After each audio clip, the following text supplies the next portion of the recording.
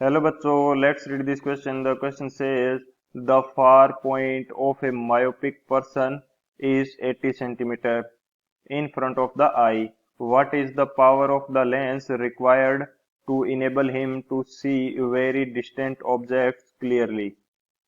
Option A 2 diopter, option B 1.50 diopter, option C 2.75 diopter, option D minus 1.25 dioptre. तो इस question के अंदर हमें बोला गया है कि एक मायोपिक पर्सन है जिसके लिए जो फार पॉइंट है वो कितना है 80 सेंटीमीटर।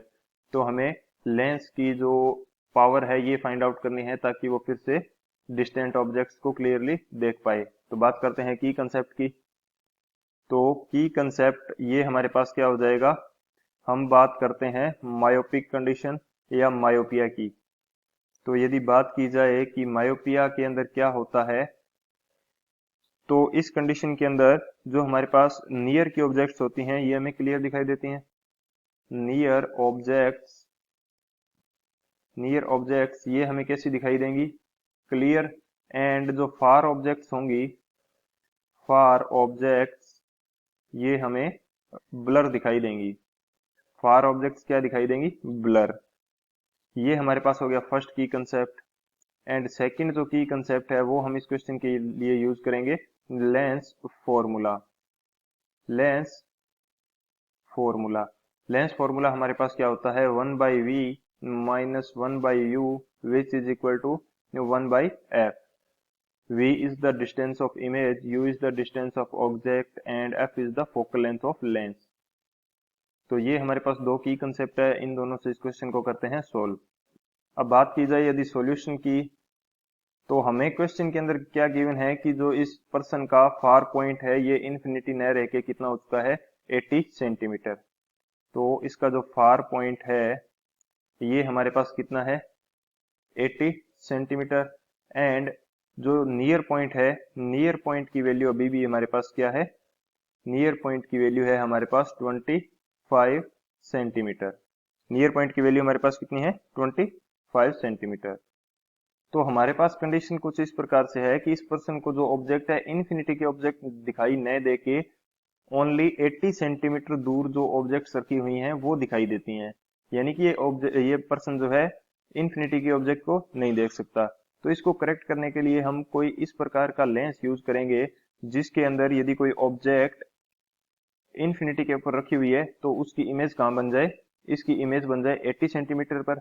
एंड वो जो इमेज बनेगी 80 सेंटीमीटर के ऊपर वो आई के लिए क्या काम करेगी, ऑब्जेक्ट का। एंड फिर से ये पर्सन करेक्ट विजन देख पाएगा। तो हमें चाहिए कुछ इस प्रकार का लेंस जिससे क्या हो कि जो 80 सेंटीमीटर के ऊपर इमेज बन जाए इन्फिनिटी ऑब्जेक्ट की। तो फॉर्मूला के अंदर वैल्यू पुट करते हैं। हमारे पास 1/v। यदि मैं यहाँ पे एक बार लिखना चाहूं कि हमें किस प्रकार के लेंस ये हमें क्या चाहिए, जो v है यानी कि डिस्टेंस ऑफ इमेज ये हमारे पास होनी चाहिए 80 सेंटीमीटर।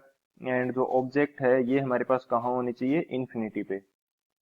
तो v ये हमें माइनस के अंदर लेनी पड़ेगी क्योंकि जिस डायरेक्शन से रे आ रही है उसके अपोजिट में ही हम इमेज बनाना चाहते हैं।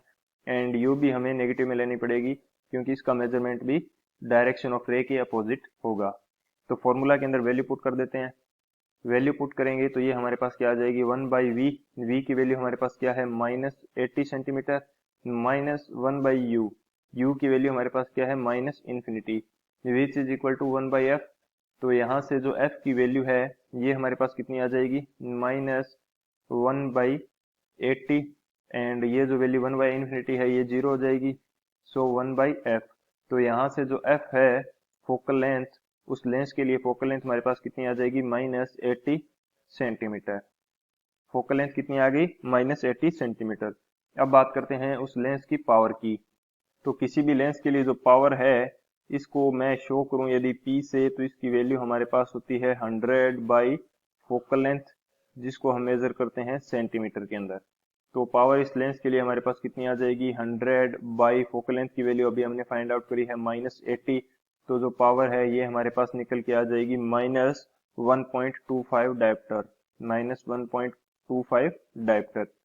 ये हमारे पास उस लेंस की पावर आ जाएगी, यानी कि -1.25 डायप्टर, या कहें कि 1.25 डायोप्टर का कनकेव लेंस यदि हम यूज करेंगे तो फिर से वो पर्सन करेक्ट विजन के अंदर देख पाएगा।